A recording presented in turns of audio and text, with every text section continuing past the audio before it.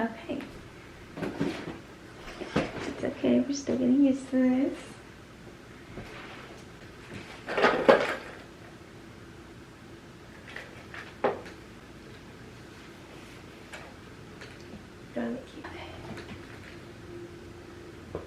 I hope my earphones look good on you. Honestly, I've been trying to use my other ones. And for some reason, when I connect them, when I connect these, I can hear myself perfectly. So I know if my voice sounds good or not. And the other one, for some reason, it connects and it works, but I can't hear myself. And it's like the beats that I had gotten, that I got as a gift, and I really wanted to use them. So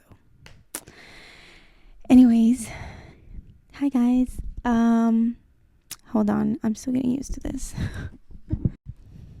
Hello everybody, welcome to episode 1 of the Just Hear Me Out podcast.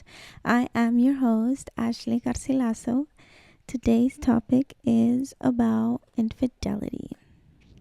So it's kind of crazy. I have a very I guess I have a lot of stuff that I want to speak on. It's actually inspired from one of the conversations that I had with my clients recently, and it's been a topic that's been brought up in actually some of the conversations in general.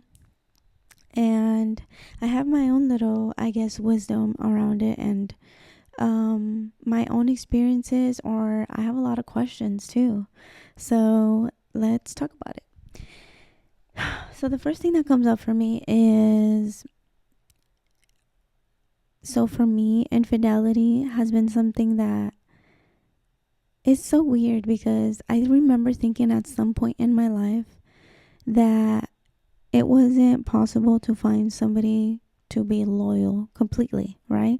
And when I mean loyal is not cheat on you, but not cheat on you, but like not flirt, not speak to anybody. Like everybody has a different meaning for what it means to cheat, right? A lot of people feel like anything as like even like liking somebody else's photo is cheating, or which everybody's gonna have a different feeling about what's valid or not. So hey, if you don't think your person, watching porn or liking somebody else's photo or watching OnlyFans, that is on you. Or like if you don't think somebody is watching, or somebody flirting with somebody, having a work bae, there's a lot of small stuff around, like somebody actually going full-blown cheating mode, right? There's a scale to it, and wherever you decide to put that scale, like, okay, this works for me, that's where you decide to put it. And for me, like it almost seemed like, well, it's gonna happen anyway, right? That was my thought process around it, because growing up, my dad is what us Mexicans would call a mujeriego. But for the people who don't know what that is, my dad was like a ladies' man. So I saw him be a ladies' man growing up, and not only did I see him do that, but also my mother wasn't like the healthiest either. It's kind of like, I know they're gonna be like so upset that I just said that, but whatever. No, I feel like I'm not gonna be healthy in my own ways.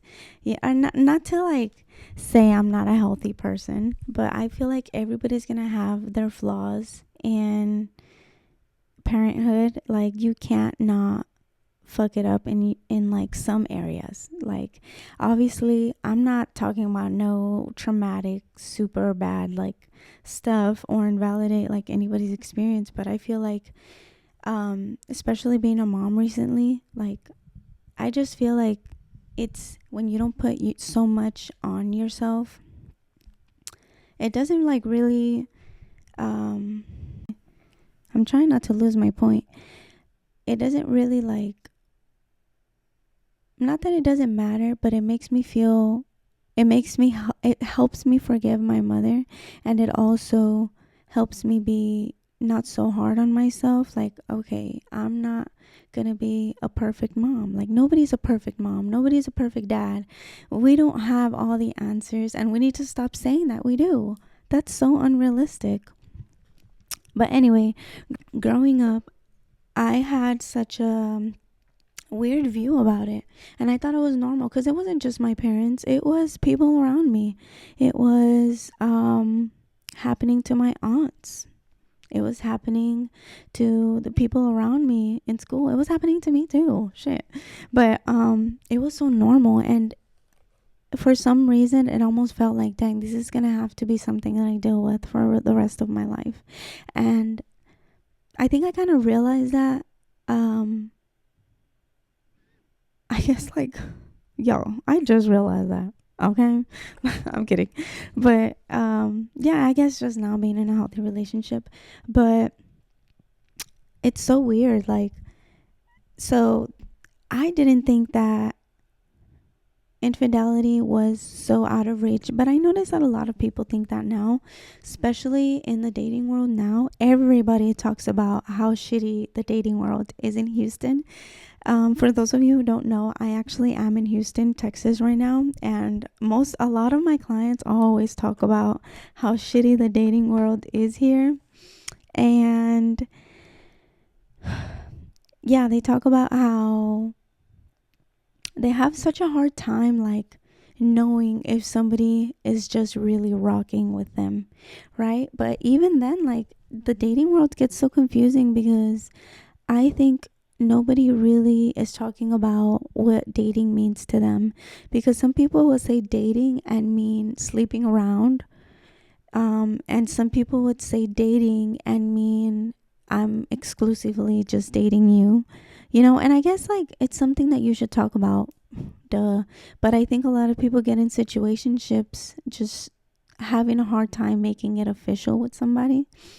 But oh my gosh, all of this is so complicated because I actually had another conversation with a client, and we were talking about infidelity, and he mentioned something along the lines of how technically cheating has occurred, but it wasn't considered cheating because they officially weren't together, right?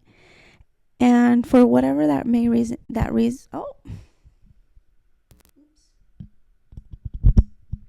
for whatever that reason may be, I think that's when it gets a little bit more complicated with infidelity, because, to be honest, like, if you're saying you're not officially with somebody, I think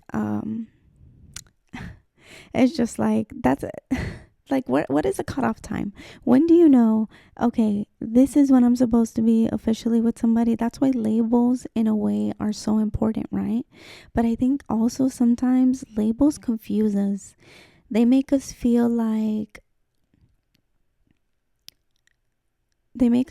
okay, if this person is not my boyfriend or girlfriend, or if technically we agree to separate, even though we already know we're going to get back with this person, we still go do our stuff and be like, well, technically we were separated.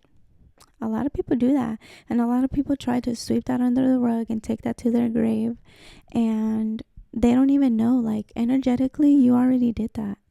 Like, you already stepped out of your union, and that's not cool. That's something that you still have to be, I feel like, transparent about. But some people aren't willing to, like, I guess, it makes it easier, right? It makes it easier to say, okay, if I just, I don't know, it, some people don't want to rip that band-aid off. Like, some people don't want to be honest completely with their partners about what is actually going on, because for a lot of reasons, like, cheating can range from, okay, I'm cheating because I have a hard time with self-assuring myself, like my confidence level is down. Cheating can be, I'm genuinely like not in love with you, and I don't know, I'm gonna be with somebody else, bye. But it's not personal. Like, cheating can be like a character flaw, like for some reason, like the person can't stop cheating, they don't know why, it's always what they've been doing. Like the ones that are so careless that they do it like right in front of you, and the girl is just like, for some reason she just doesn't go. Or like vice versa, because women cheat too, y'all. And I'm not gonna edit that out because that's real. I do need to work on like saying man or woman, because I think that's another thing that confuses us a lot. Like, we sometimes I have to correct myself when I say man or woman, because it makes it seem like my message was towards something specific or somebody specific, and that's not right. Men, I mean, women cheat. You see, I'm working on it. Women cheat just as much as men. Or I don't know. What's the data on that? Let's Google it. Let's Google it. Do men cheat more than women? But are we going to believe it? Or is it legit? How do we know it's legit? Y'all, if you guys have any tips for me in regards to like doing research, please help your girl out. What was I going to Google? Do men cheat more than women? Y'all can Google it too, so y'all can see what I'm saying. I'm playing. Since I couldn't screen record. Have men always cheated more? According to the Institute for Family Studies, men are more likely than women to cheat. 20% of men and 13% of women reporting that they've had sex with somebody other than their spouse while married. Oh my gosh, that shit is crazy. I mean, 20% and 13%, that's actually not bad. Well, I'm saying, like, I thought they were going to be higher. I thought it was going to be like 60 some percent, to be honest. But I don't know. I guess it's like what we consider cheating, and like, are these people being real? Are they being honest about if they cheated or not? I'm kidding. I don't know.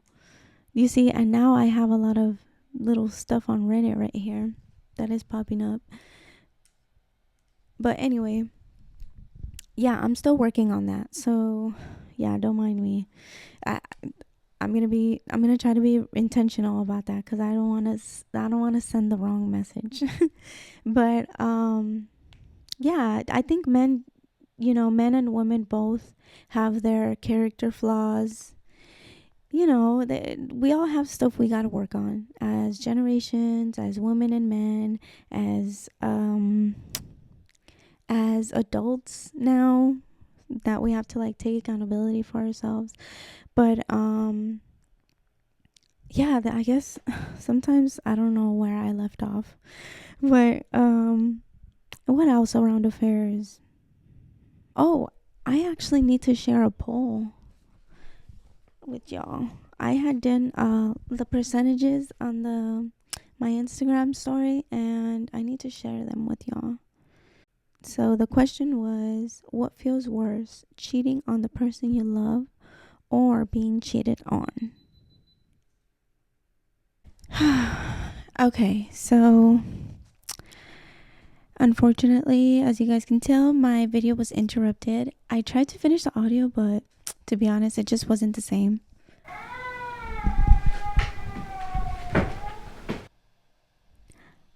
Carrie! Hola! ¿Te gusta mi podcast? ¿Te gusta? Mami está trabajando. She doesn't get paid for it yet, but Mami está trabajando, okay? She's busy. She's a busy woman. The amount of times that I have been interrupted in this video. What was I trying to say? Okay, you guys, so I can't go over the poll results that I was supposed to share because my baby is watching Miss Rachel right now on my phone because he woke up from his nap.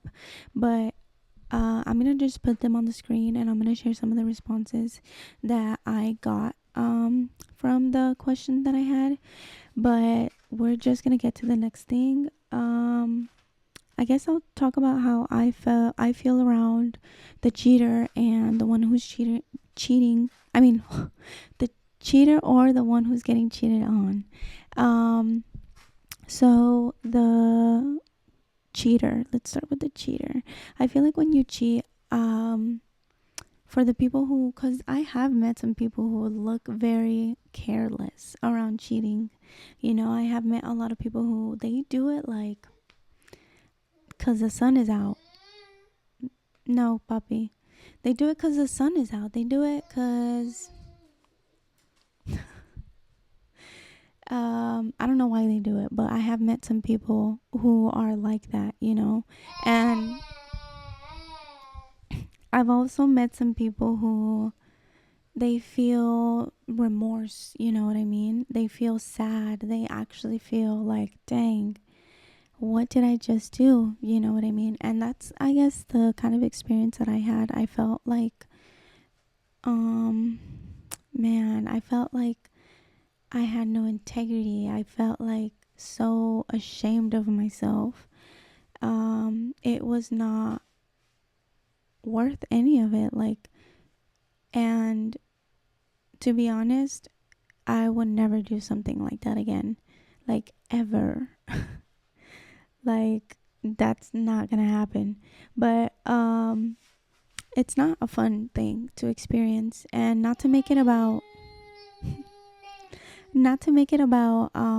the person who cheated, but I do feel like it comes with its own pain. And you know, I sometimes I wouldn't say that cheating, I would never say that cheating is valid, but I do think that we're human, and I would say in some ways, in very specific terms, okay, cheating is like, okay, yeah, like that's why she cheated or he cheated, you know. But it just depends on the circumstance. But I do think that being cheated on, definitely, like, I wouldn't say, because it's not about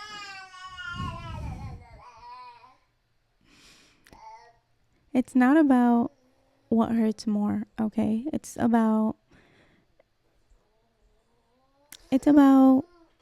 just understanding each other's experiences. And I definitely think that being cheated on hurts. Like, my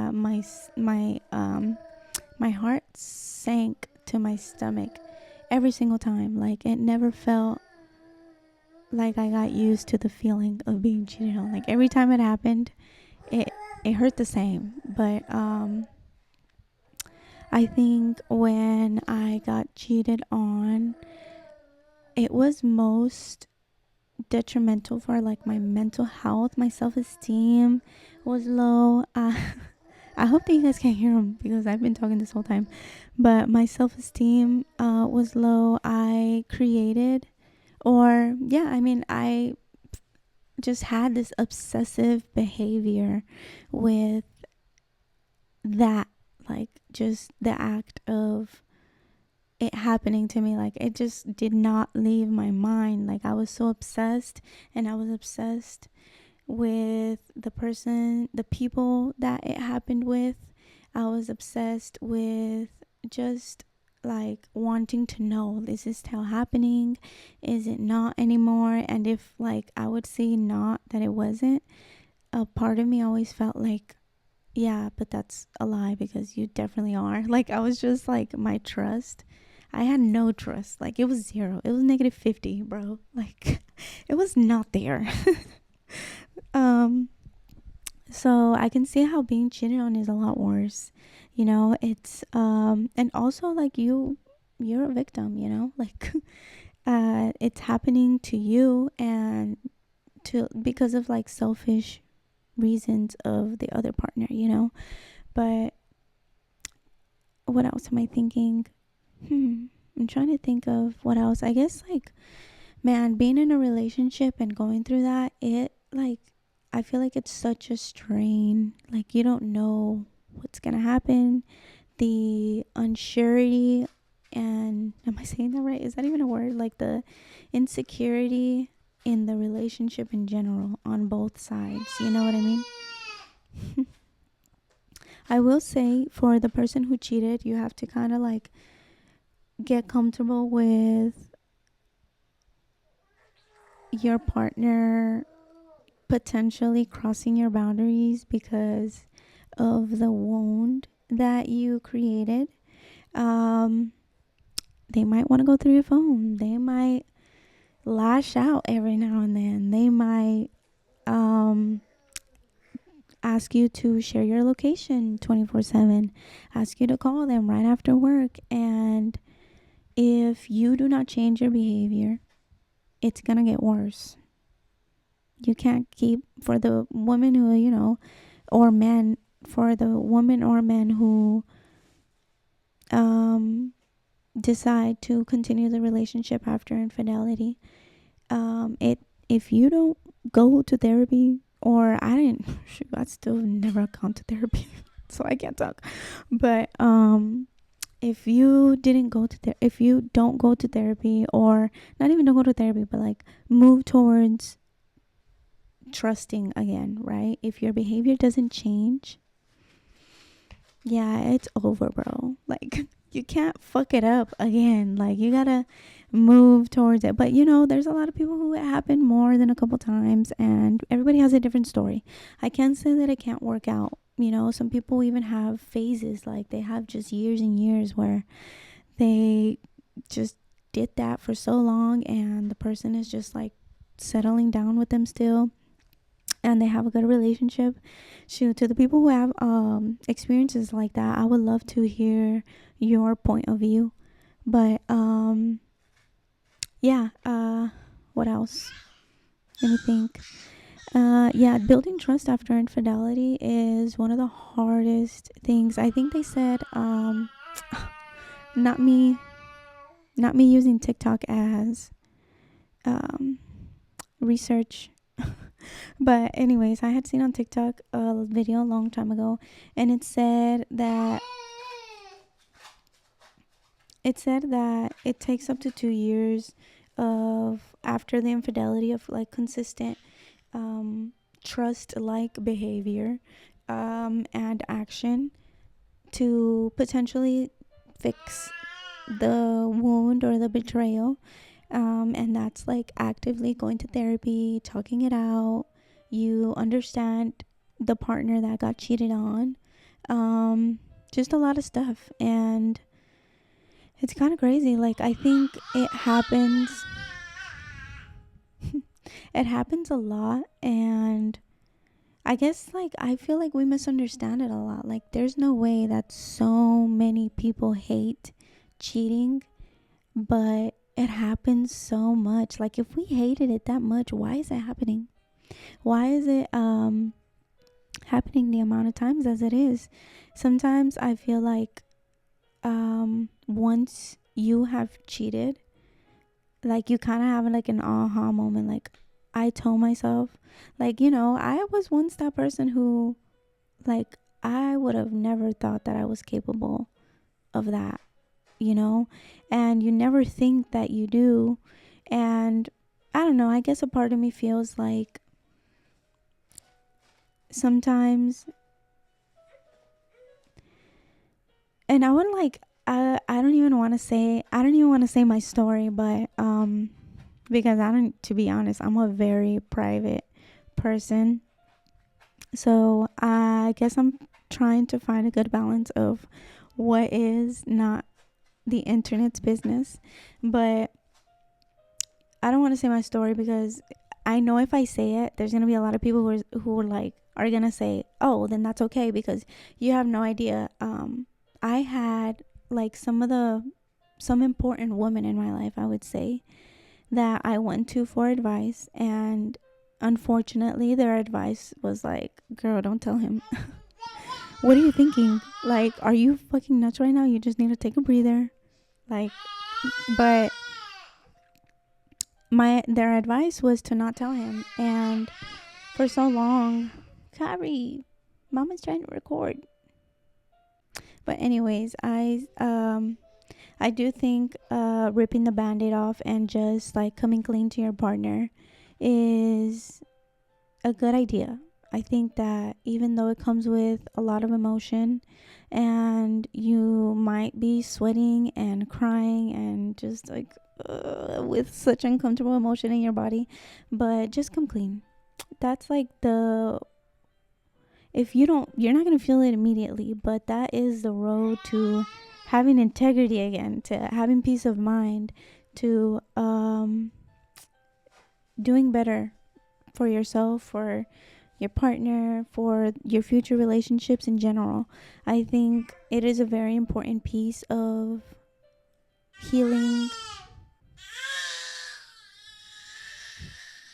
He's literally having a rant right now. Kari. Hey. Kari.